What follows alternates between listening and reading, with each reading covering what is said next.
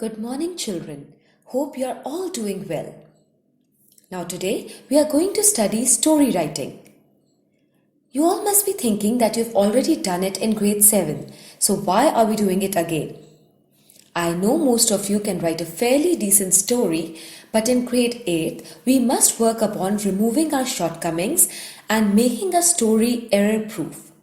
Moreover, I also want you all to upgrade the level of your stories, keeping these points in mind. In order to write a good story, you must keep in mind a few points.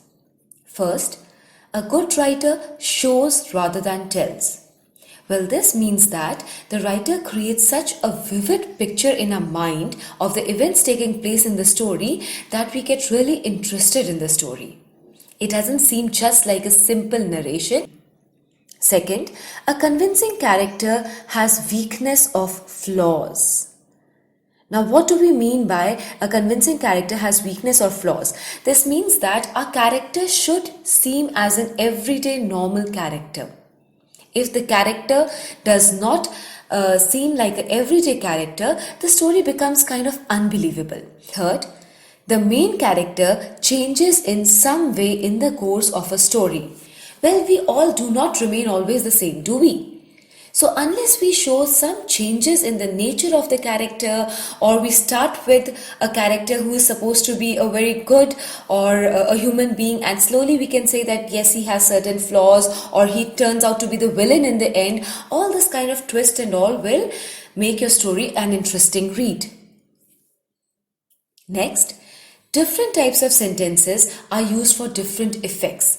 You can't have the same type of writing. You can't write a story in all long sentences or in all short sentences. It will make it seem pretty boring. So you should use different kind of sentences. Finally, and this I've told you many times in the class also, never end your story with "it was all a dream" or "then I heard my mother's voice and I woke up." Because this is the most cliche of all endings. Whenever we cannot think of a proper ending, we tend to use this ending so that we do not have to end it or tie it up neatly. Another point, whenever you are given a story writing question, please read the question very carefully to see what is the style of writing required.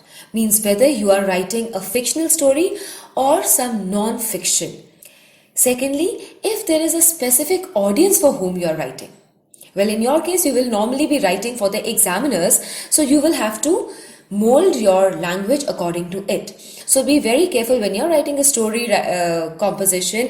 Be clear in your mind what kind of language you're supposed to use. Will it tend to be a more formal approach or an informal one?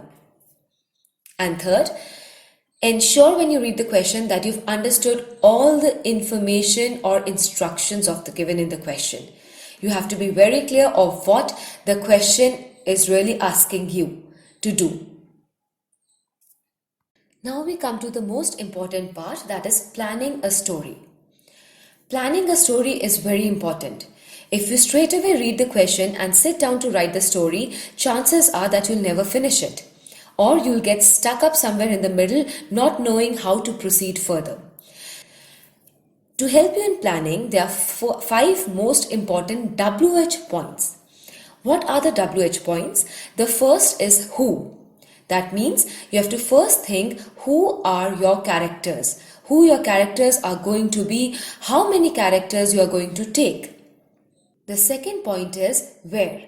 Where means the setting of the story. Where is your story placed? Third point is when. When does the story take place? Whether it's a futuristic story, whether it's a story set in the past or in the present. Fourth point, why. Why does the event occur? Why is your story taking place? Why is the character doing what he or she is doing? The last point, what. What happens before and after the event? That is how you come up with a proper beginning, a middle and an end. Finally, before submitting your work, ensure that you recheck it.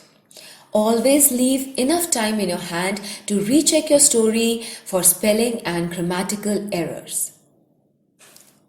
That's all for today.